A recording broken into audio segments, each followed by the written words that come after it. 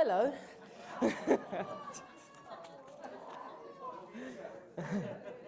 So, hello and welcome. My name is Lynn Brown. I'm the Labour candidate for West Ham. And those of you who don't know that, that's a fabulous place in the east of London. I work in John's Treasury team and I am the Shadow Minister for Social Justice. As we all would know, the Labour Party's job is to build a just society. And we've been setting out just how we're going to do that in our campaign so far. John McDonnell is the Chancellor we need. And not just because he's a tireless, thoughtful and fabulous campaigner and decent man and good friend. It's because that when it comes to the cost of living and the difference a fair wage makes and the hope that we need for our future and for the future of our children, John gets it.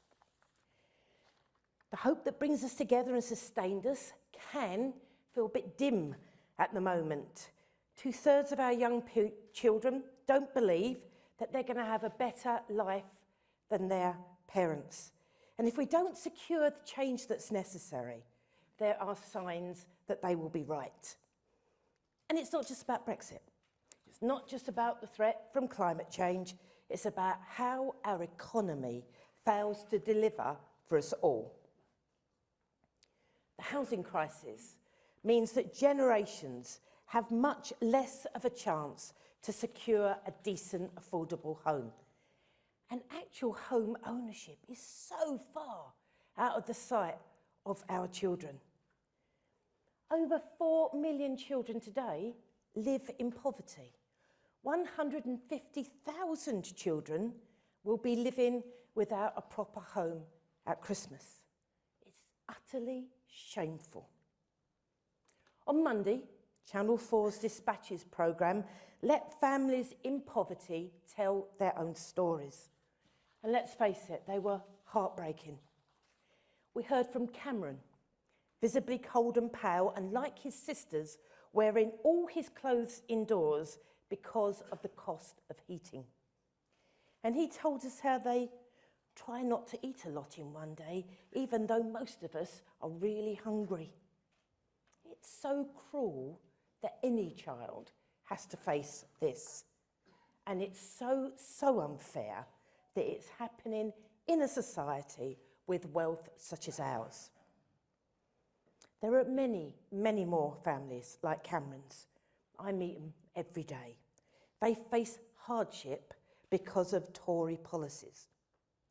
They're policies that continue to destroy our social housing. We will rebuild it with 100,000 more council homes a year by 2025. Their two-child policy means that Cameron's start in life will be damaged because he has two sisters, Caitlin and Casey, rather than just one. We'll end that. Their housing payment cuts that have made living in huge swathes of our country, like mine, utterly unaffordable for families on low incomes, forcing many to make up the difference with food banks and leaving far less money to be able to spend on the basics for their children. The impact is so obvious in areas like mine, Newham, where 1 in every 12 children is now without a secure home. So we'll restore the link between housing support and local rents, and we'll do so much more. I can't tell you how proud I am to stand on this manifesto and to be the one to introduce John today, because he's the one who will lift children out of poverty and will change our country for the better. So I give you our next Chancellor of the Exchequer, John McDonnell.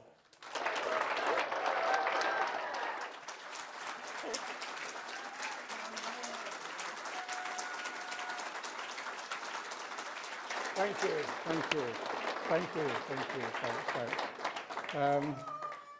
Thank you. Don't go. Don't go. It's the best heckle I've had the whole campaign. Okay. On Monday night, I watched the Dispatches programme. It was called Growing Up Poor. If you haven't seen it, you should. Please do so. It portrays a starkly what nearly 10 years of austerity have resulted in for too many families in our country. It's the precarious existence so many of our families face in our society at the moment. It means that you just have to have all it takes, one mishap, an illness, a death, or a family breakdown, and families are just pushed over the edge. I found it intensely distressing. I still do, talking about it. It was watching one child. She showed us that they had no food in her home. She went through the cupboards, opening the cupboards just to show there was nothing there. There was another child, as Lynn has said, going to bed in their clothes just to keep warm. And then there was a young girl who emptied her piggy bank to see if there was some money there for their mum to put some on the meter to boil the water for their hot water bottles. These are parents who are struggling with stress and mental health problems.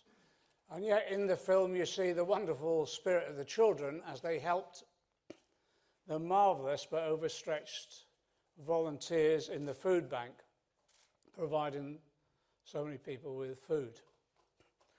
But the remarkable story of the programme, these were families living in wealthy towns. This one was Cambridge, a really wealthy town, but it displayed the divide that there is. That was Monday, and then on Tuesday, we had the shelter report that found, latest count, 135,000 children who will be without a home this Christmas, so living in temporary accommodation. And some of you may have seen the reports a few months ago of families living in containers. And yet at the same time, this is what I suppose shocks us all, is that at the same day, an analysis by the Equality Trust showed UK's sixth richest people controlling as much wealth as the poorest 13 million in our country. And it just all goes on to show just how unjust and how unequal our society is. It's 3 weeks to Christmas. Many will be celebrating the birth of Jesus. And yet children are going hungry and homeless in the 5th largest economy of the world.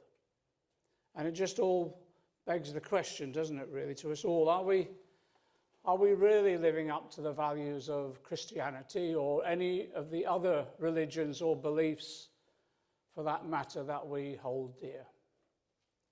I think it begs the question. And what Dispatches showed was what happens when a family is forced to rely upon a safety net that in reality now barely exists. In the Labour Party, let's make it absolutely clear, we don't believe it's enough to offer people a handout or a hand up out of poverty. We want to abolish poverty once and for all within our society.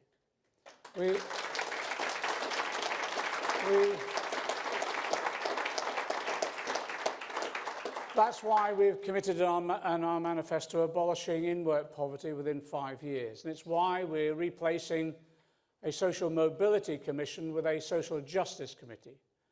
Because unlike the Tories, we don't believe in tolerating poverty just so long as a lucky few can escape. We want to abolish it for everybody. And I want to thank Lynn Brown for everything that she's done in our Shadow Treasury team, taking responsibility and pushing this agenda forward so that we were clear in our manifesto what our objectives were. And they are radical, but they're achievable. They're achievable and realistic because of the commitment what we can show when we go into government and as a movement overall. The problem of steeply rising cost of living over the last 10 years isn't an issue just faced by a small number of us. It's also faced by the many within our country. It isn't just a small number of families that are hit by stagnant wages, rising bills, but the majority within our community. And Labour's published today a report that sets out the cost to most within our community of nearly 10 years of Conservative government, and the policies of privatisation of the successive Conservative governments way back to the 1980s. It goes all the way back to the Thatcher and Major administrations, selling off our nation's public utilities, and yes, our natural assets. The family silver, a former Conservative Prime Minister called it. Profiteering through privatisation and the Conservatives' failure to curb rising bills has cost families nearly £6,000 a year since 2010. And while wages are still lower than before the financial crash, inaction and economic mismanagement by the Conservatives and Liberal Democrats over the last decade has meant the cost of living for most households has actually soared. So in our manifesto, our exciting manifesto launched 2 weeks ago, we've set out a plan for real change. And it's change that will help tackle that burden of rising living costs. How can we do it? Well, after nearly 10 years during what seemed impossible that anything might change, I'll just tell you where it starts. It starts with adopting, first of all, the principle of do no harm. At least don't make things worse. So we'll scrap universal credit. We'll scrap it. And we'll stop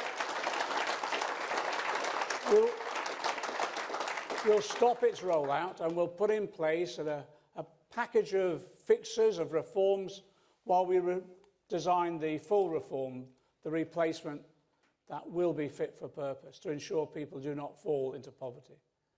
Of course, that won't help everyone. We need to raise wages across the country so people don't need to rely upon universal credit in the future. And that starts with a real living wage. Yes, £10 an hour straight away for everyone over 16 will end the discrimination against low people within our pay system that exists at the moment for youngsters, often doing the same work but paid so much less. And that means an average pay rise of up to £6,000 a year, a pay rise for 7.5 million people. And for public sector workers who seem to have been penalised by this Conservative administration, we're looking for a boost of 5% in the first year of a Labour government. And for others, it's bringing in trade union bargaining across the economy to raise wages everywhere, and also ending bogus self-employment and investing across the UK in good, sustainable jobs in the industries of the future. We want a high-wage society, and it's the building block of our vision for the future, for a better, more inclusive economy.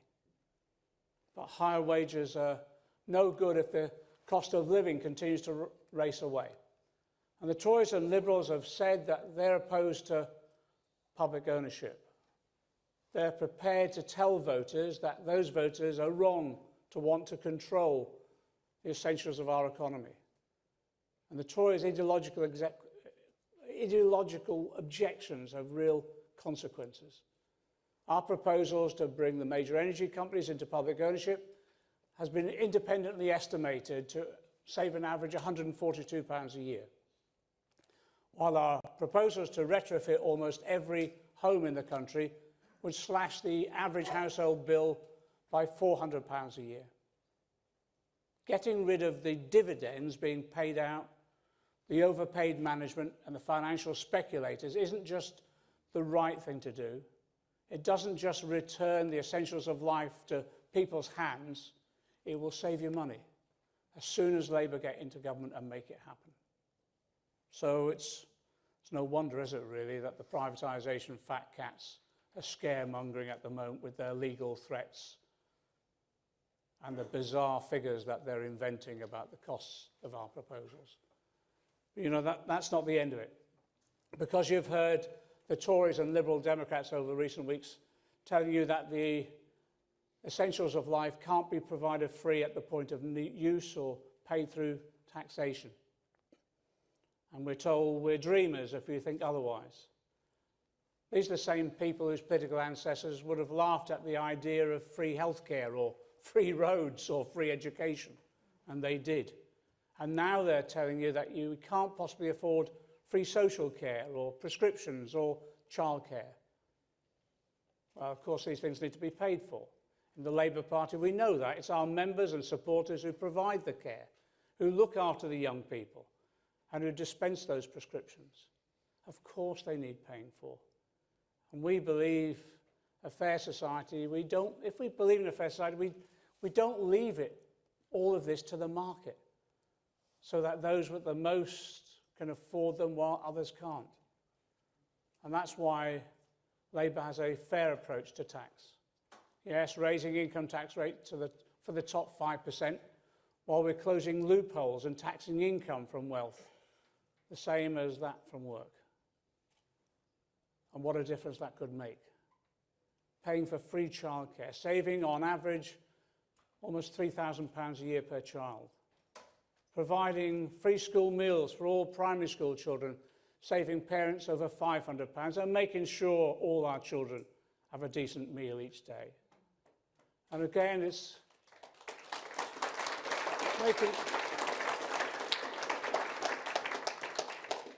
we should never ever see in our society again a child struggling at school because of hunger. And yes, it means paying for the personal care that we or our family members might need in old age. If you or someone in your family needs care at home, that could mean a saving of over £7,000 a year. Yes, and paying for a reduction in rail fares to keep the cost of living down and encourage more people onto public transport to help us tackle climate change. And yes, paying for free prescriptions, saving those with monthly prescriptions over £100 a year. We estimate that, just looking at some of our policies, Labour's plan for real change could save families over £6,700 a year. And that's before we're talking about righting the injustice done to the women born in the 1950s, the WASPy women who we will stand by when we go into government, when others promised and then gave from that promise. These are all, and you know, what was amazing was that the Tories told us that this couldn't be afforded. Yet they were perfectly capable of handing out billions in tax cuts to the rich and corporations, now amounting to £100 billion. Labour's plan to transform our society, to create a society based on reducing costs and raising wages, is by working together. And they're based upon laying the foundations of a new economy. The scale of the reforms we pledged to introduce, yes, is significant, because the challenges we face are so significant.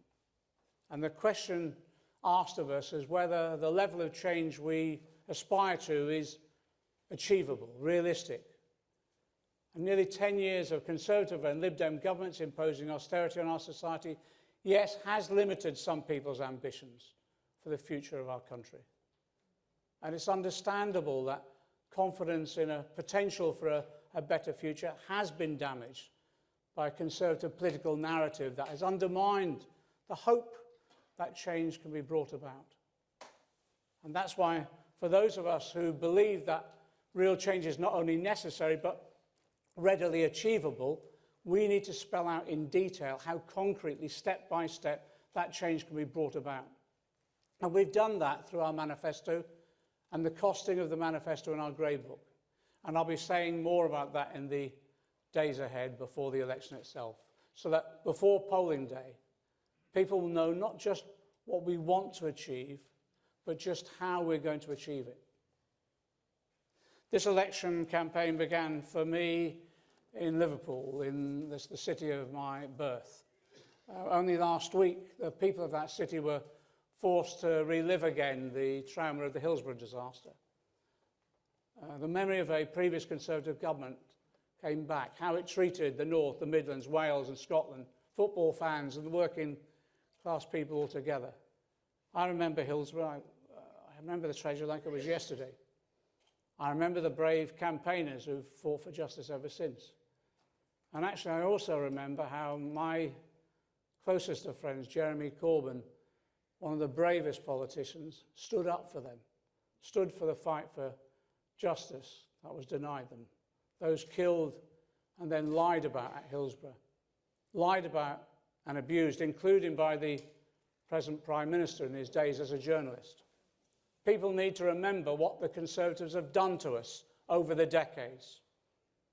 Those who had their communities deliberately smashed apart by the Conservative Party and were lied about, like during the miners' strike. Over the years, I've worked with Jeremy, and at all times, he's taken a stand. Every time he's taken a stand on a principled issue, he's been denounced. And then not every time afterwards, he's been proved right. And I've seen one thing consistently: the way he supports others to turn their hopes into reality. And we're seeing that now with the rising stars of the Shadow Cabinet, the future leaders of our country too. And giving power to others is at the heart of the society we'll start to forge in a week's time. Some have said we're too ambitious, that there's no way we can achieve everything we're promising. Do you know, they may have forgotten or not even heard about the Attlee government, which after the Second World War, when this country was virtually bankrupt, took control of our economy, brought key utilities into public ownership, created the NHS and the welfare state and free education. Well, they also said Jeremy Corbyn couldn't be leader of the Labour Party. They said we'd be annihilated in the 2017 election. They say there's no alternative. They say, or at least the Prime Minister does, and I quote, that the working class are drunk, criminal and feckless, a direct quote. So it's hardly surprising they don't want to see power put in the people's hands, away from the bankers who fund the Tory party, that they mock the intelligence or capability of ordinary people to run things. And beneath the short-sighted Brexit bluster, it's the same old message from the Tories: nothing can change, nothing will change, a better world isn't possible. Well, we know that's not true. Things can and will change, and we're ready to make that change with a fully worked out programme to give everyone control over the decisions that affect their lives, not just the lucky few. So the next week is decisive. On December the 13th, we can wake up to years more of Brexit chaos, of Donald Trump dictating the terms of our trading future, while our economy, to quote the IFS, has austerity baked in and sees public services sink even further into neglect. Or we can start the task of putting right the mistakes of the past, rebuilding Britain from the bottom up. That will only happen under a Labour government. And all of us here today, I know, will give everything we've got in the coming days to make that happen.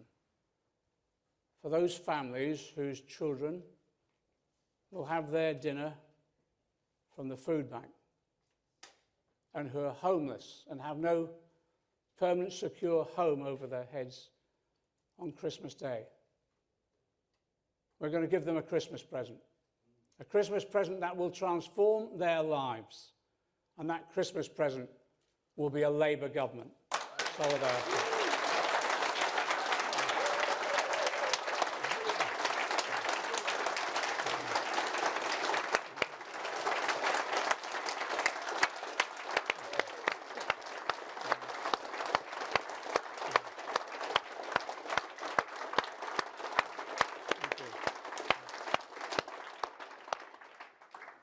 Absolutely brilliant.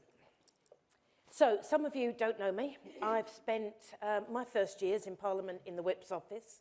I will be a very strict chair, okay? We are not like Boris Johnson.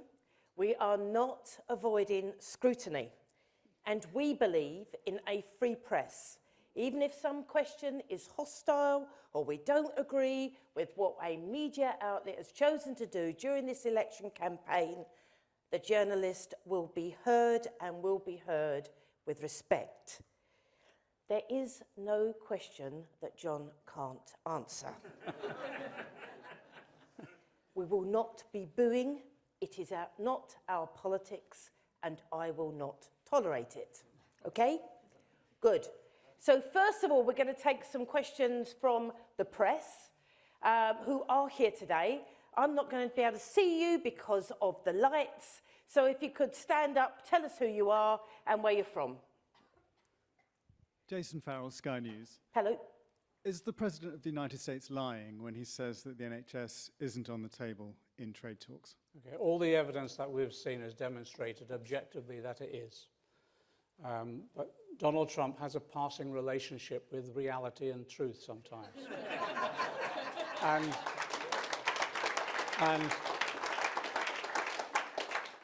and I believe in one instance claimed he didn't know what the initials NHS stood for. So the reality is the evidence is there, and the anxiety that we have about the NHS under Boris Johnson regime and his relationship with Trump causes us extreme concern. And that's why, let's make it clear, after the election next week under a Labour government, the NHS is not for sale.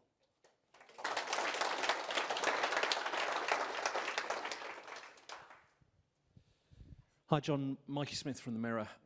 The manifesto largely insulates sort of middle earners from tax rises. Do you think that's fair and sustainable? And also, if I may, Donald Trump also said that Jeremy Corbyn would find him very easy to work with. Do you look forward to cultivating that relationship? It's encouraging to know that we can maintain a good working relationship with the people of America in the future, after possibly another election. Anyway,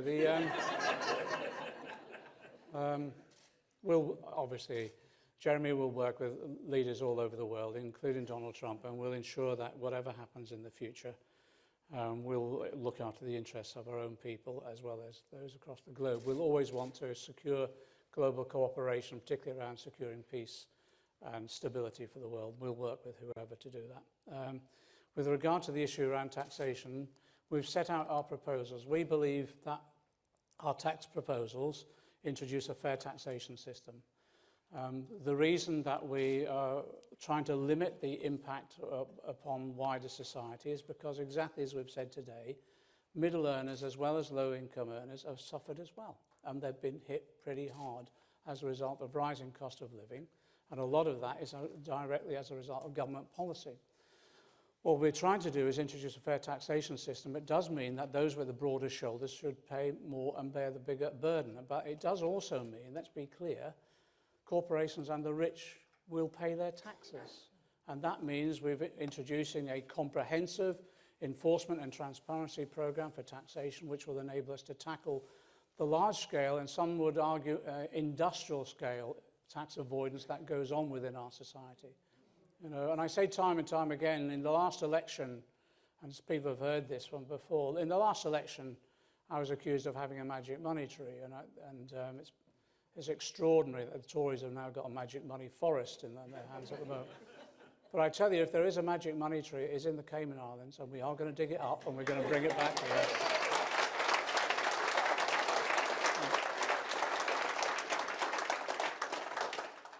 Libby. Libby Wiener, ITV News. Most people think that Santa Claus is make-believe. Aren't your plans to give families $6.5 grand also make-believe? Yeah, that's why we've set out in detail exactly where that will come from. But let's be clear, it will require an economy that is working for everybody. And that's the whole process of bringing our utilities, some of our utilities, back into public ownership, because we believe they can be better managed, but also by just stopping the dividends and the rip-offs that have gone on, we believe we can produce a reduction in bills for people. None of this is rocket science. It's basic, very common sense economics. And if you look at the proposals we've put forward, each of them detailed research and objectively assessed. In that way, this is not about Father Christmas or make-believe. This is about hard-nosed economic policy making. And in the Labour Party, at times, I'm accused of being the bureaucrat. Yes, I am. I take that as a badge of honour. I believe that everything we do has got to be almost tested to destruction for when we go into government and make sure it's completely implementable.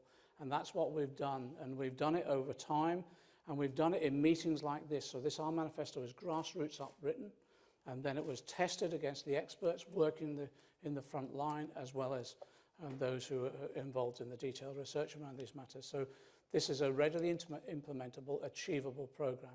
And the issue we're trying to get across today is that nearly 10 years of austerity has narrowed people's ambitions, undermined their confidence in what's achievable.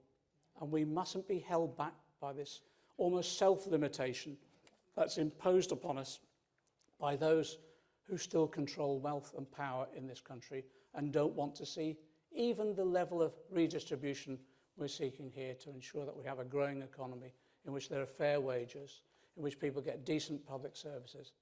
And yes, we never, ever have another programme like that Dispatches programme on poor children ever again.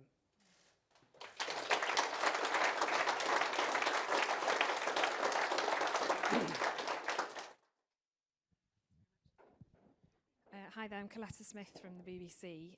You say that within the next few days you're going to give more detail on how your policies will be funded, that you'll flesh that out in the next few days. With a week to go until the election, is that putting too much information late in the campaign, hoping that people will believe your promises without the costings there? No, we've already done that. Sorry, you've misunderstood me.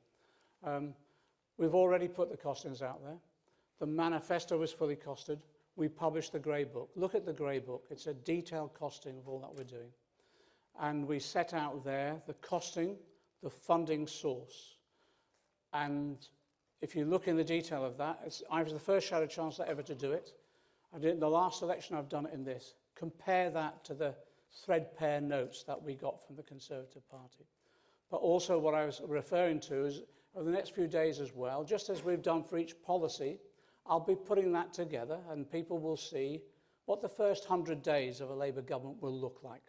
And you'll see what we intend in terms of our first Queen's speech, and you'll see also some of the details of our first budget. Obviously what we're doing now is we're meeting with the civil servants in what they call the access talks, prepare the ground for when we go into government on December the 13th. We want to hit the deck running. Why do we want to do that? Because the problems that we face are so severe as a country, and that the suffering, human suffering that's going on within our society is unacceptable. So we want, as we go into government, we want to make sure our programme is implemented rapidly and effectively. And that's some of the more of the detail that we'll give.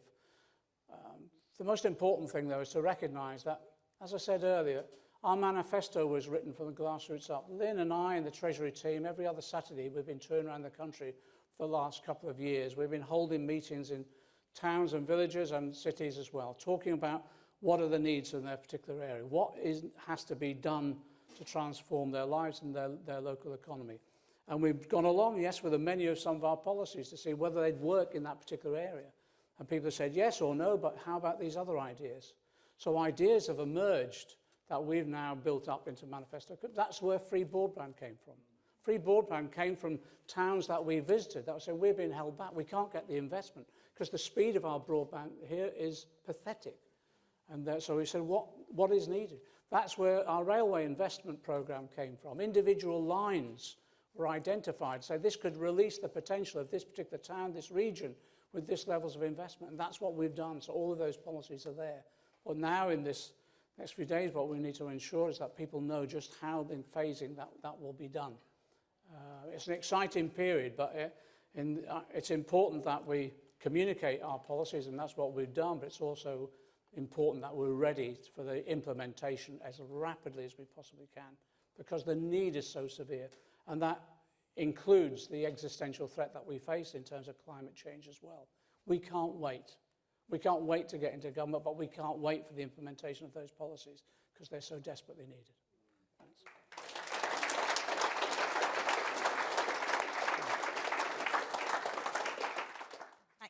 John, Kate Ferguson at The Sun. How concerned are you that Brexit-backing Labour voters are deserting the party? Sorry, that Brexit-backing Labour voters are deserting the party and switching to the Tories. And what have you done with Remainers? Have you banned them from being on air? Where's Keir Starmer this election campaign? Campaigning all around the country alongside me and all the others, and others effectively as well. What's happened in terms of those who are seen as Labour leavers, who voted Leave is interesting really, because what we've been trying to do is make sure everyone is aware of our policy, so that, as we've said, what we want to do is make sure that we negotiate with the European Union partners a credible and sensible leave deal, that then goes back to the people. So those people who still wish to see Britain leave have a sensible leave option to vote for, but then also people have the option of remain. And the key thing for us is let the people decide. Let them make the decision, and then when they make that decision, we'll implement it. It's interesting as well, you know, Boris Johnson called this election on the basis that the only question that should be asked is about Brexit. And it's interesting, people are saying, yes, it is an important question, it needs to be resolved. But there are other questions as well. There are other questions about why can't I get access to a GP? Why there are record waiting times at NHS? Why are there children in our society going hungry? Why did 700 people, homeless people, die on our streets last year? Why are wages still below the level of 2008-9? Why are our public services on the state that they are? And you know, the ultimate conclusion they're making is because we've had nearly 10 years of a Tory government implementing austerity unnecessarily on us, holding back our economy, holding back our country. And we need change, but it's got to be real change, and that's what we've set out. Anyone else?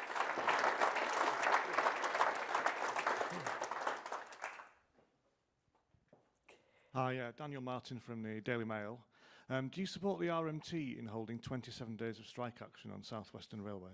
We're urging everyone to get back around the table and negotiate. What I support the RMT on is ensuring that they have a safety critical officer, member of staff on each train, because in my constituency we've had real problems with safety overall. So I'm hoping that the management and union will get round the table, they can resolve that matter, because for the travelling public the key issue is safety, and that's what this will address. Any more? Any more? So if I've missed you, it's an accident. Good. Anybody else like to ask a question? We have a gentleman there. I'm Kevin McMahon from West Bromwich East constituency. Mr McDonnell, like many in the room, I think welcomed the immediate scrapping of universal credit. But given that the civil service is the same, the bureaucracy is the same, the administration, how are we going to avoid delayed payments and administrative problems that the media are just going to highlight and try and destroy us for? Yeah, that's a good question. We've put forward a sort of emergency programme straight away, and addressing some of the issues that Lynn raised as well. You know, getting rid of the two-child limit is, I think, extremely important. It's brutal and discriminatory. Getting rid of the bedroom tax, reducing that 5-week waiting time. All of those emergency measures we can get in place pretty quickly. Naturally, the people we're talking to on the Access talks to the civil servants about how quickly we can do this. But also remember, we've got links with PCS, the Civil Service Union, and they, as workers working in the Department of Work and Pensions, are coming forward with their ideas about how swiftly these reforms can be brought out. And we've had a long discussion with all the different agencies, but also the different representative groups within this field as well, about how we can step by step introduce the reforms and then look for the real safety net approach. That's the first thing. So I think that I think it will be challenging, but again, nothing that we can't overcome. And when I say challenging, I mean it's the speed of travel that we've got to get. And I think we can, the emergency package we can get in quickly. Then after that, we've got to really, I think, seize the initiative. But remember, the other thing as well, we've got to try and ensure that we have a society where people aren't dependent on that social security safety net. So that does mean a commitment to full employment. But it means we've got to end the type of economy that's being created at the moment, which is low pay, long hours, insecure work. And we can address that very quickly as well. Insecure work, we can scrap zero-hour contracts, full stop. You know, tackling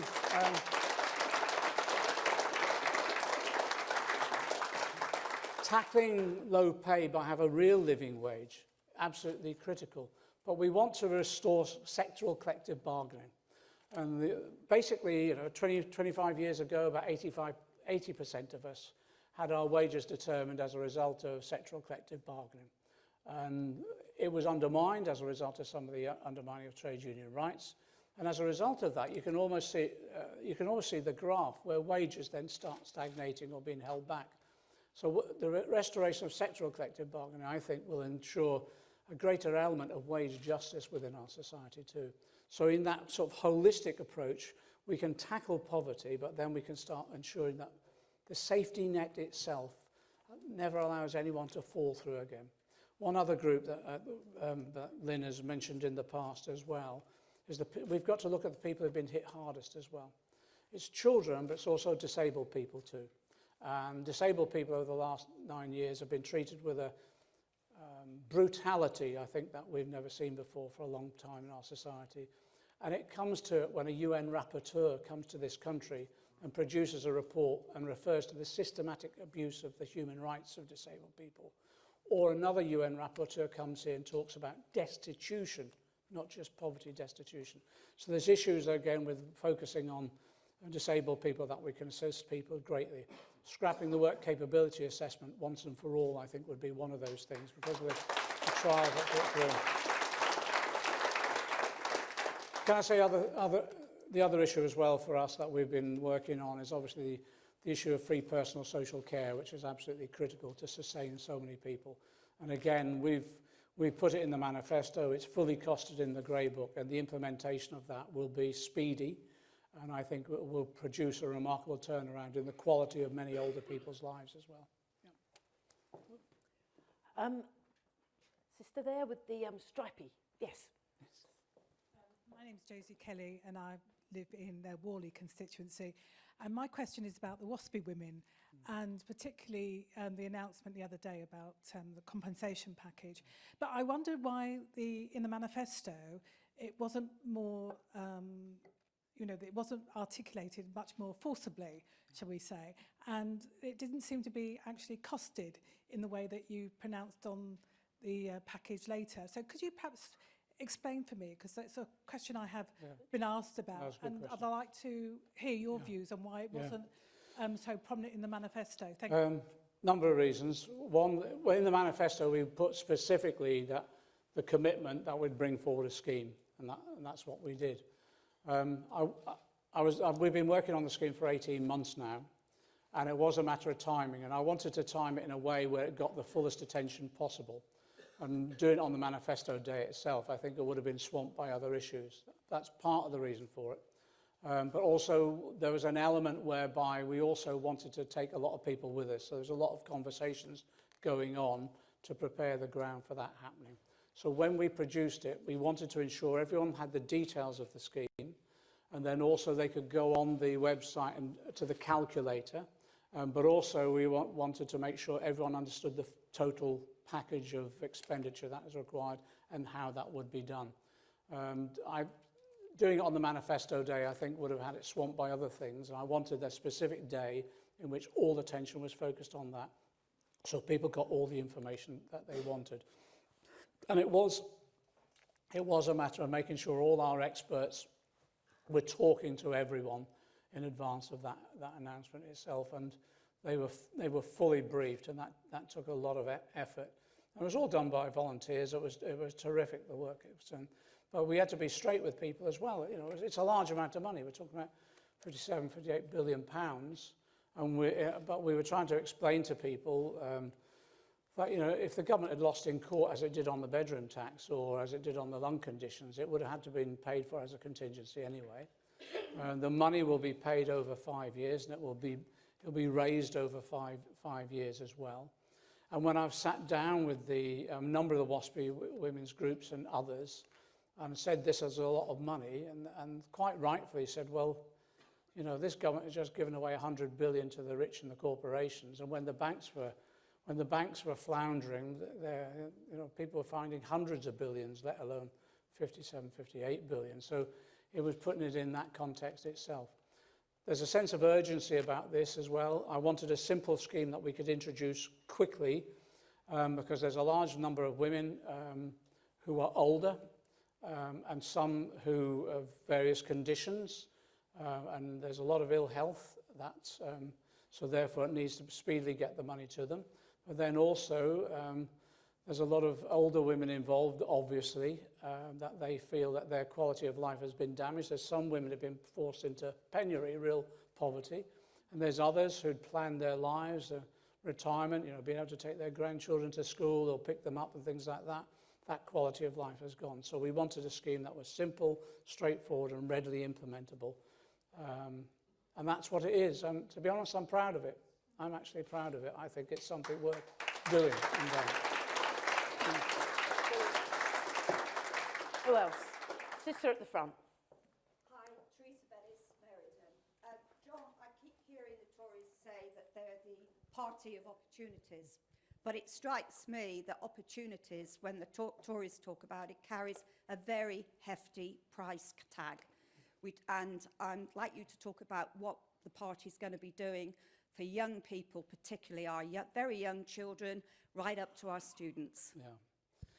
I think the next Labour government under Jeremy Corbyn, I think it will go down in history for its founding of the National Education Service. Just as the Attlee government under Bevan and Attlee and others are famous for founding the NHS, I think this one will be famous for founding the National Education Service. So, you know, right through from the free childcare to properly funded primary and secondary schools, refunding and rebuilding further education, which has almost been demolished under this last 9 years of austerity. For some reason, when we desperately needed the skills, further education seems to have been targeted by this government for cuts. And then also making sure in higher education, this commitment that, you know, when someone, you know, youngsters who do everything asked them, they stay on at school, they get their A-level results, they go to university, and then they come out with £55,000 worth of debt. You know, the reason we're scrapping tuition fees is because we have a belief, I've said this time and time again, we have a belief that education isn't a commodity to be bought and sold. It's a gift from one generation to another that we all benefit from. And that's why we will scrap tuition fees. We're looking to see how we can assist with existing debt. What's interesting, Jeremy and I and others, we voted against tuition fees introduction. And I did it on the basis, in principle, I opposed it, but also the system was always going to fail. And a large amount of the debt, even under this government, is having to be written off because it's never going to be paid. So it's a system that's imploding in itself, and that we'll have to address in government, and that's what the options we're looking at that now. But it's one of those things you need the real detail of the work done in government to a large extent to look at the range of measures, how we can address that. But I think in terms of the National Education Service, it will transform people's lives, you know, in terms of, you know, for my generation, all those foundation stones laid by that Attlee government and then other Labour governments subsequently built upon them did give us, you know, put a decent roof over our heads in our council housing and gave us free education, gave us opportunities other generations never had, and then also gave us the opportunity of rewarding work and decent pay and with rights at work. It's that sort of society we're going to create for the future. And I think for those young people, it gives them the security that they can then unleash their talents and ambition. And at the moment, you feel they're being held back rather than allowed to develop in that way. And it's interesting, the number of young people that are involved in our campaign and our party now, and the levels of support that we've got is absolutely terrific. And I think next week, I think they'll surprise us again on the basis of the young people coming out now and voting. And I just say to the young people that I've been meeting all the time, next week will determine their future. It will determine their individual futures, but actually it'll determine their future as well, because our young people now, they're the ones who've taught us about climate change. That's why I supported the school strikes, because actually those young people taking action in that way forced us to start paying attention to this existential threat. So that Labour government is absolutely key. These are the years when it's make or break whether or not we are going to succeed in tackling climate change. And that's the danger of a Boris Johnson government, which actually is backed by fossil fuel funders and at the same time adheres to fossil fuel psychology and the basic development of a carbon economy. That's got to come to an end, and we've set out our detailed plans for a green industrial revolution that will enable it to happen. I'm having a Theresa May moment here if I'm not careful. Yeah. Watch this.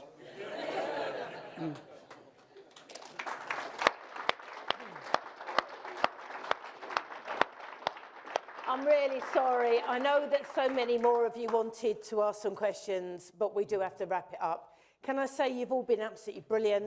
I'll come back to Birmingham again. Thank you so very much. Let's work hard.